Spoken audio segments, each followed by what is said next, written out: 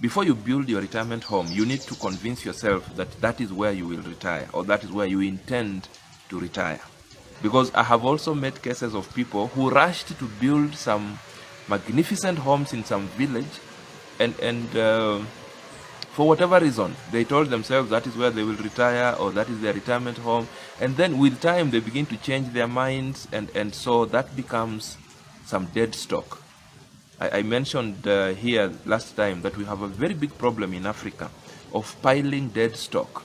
You know, using huge chunks of money to do things that are not bringing value, things that are not creating employment, things that we are not even utilizing.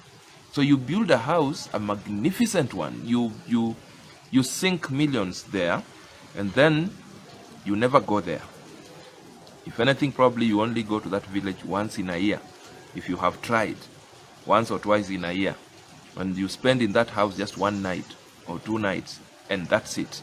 So what is the true value of that house? Who is benefiting? You did not build it because you are investing. You will not sell it. It is in some village that you call your ancestral village. So you don't have plans to sell it, but you have sunk money there. Money that probably would have started another business somewhere to employ a few more people, generate some more revenue as you decide where you will settle eventually. Okay? So before you rush to do it, then convince yourself that you know that is where you are planning to settle. If that is the case, then you start asking yourself, what kind of life would you want in retirement? That will dictate the kind of house you would want in retirement, the kind of home you would want in retirement. And then you ask yourself the timing. When would you want to set up that kind of home, and things like those. As to whether it is investment or not is another conversation. Remember, investment is simply the use of money to create more money, the use of money to attract more money.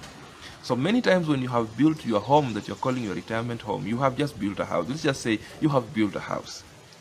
It only becomes investment only to the extent that it can attract some capital gain, that you spend overall 10 million shillings, and at some point it will be valued at 20, at 15, or whatever amount.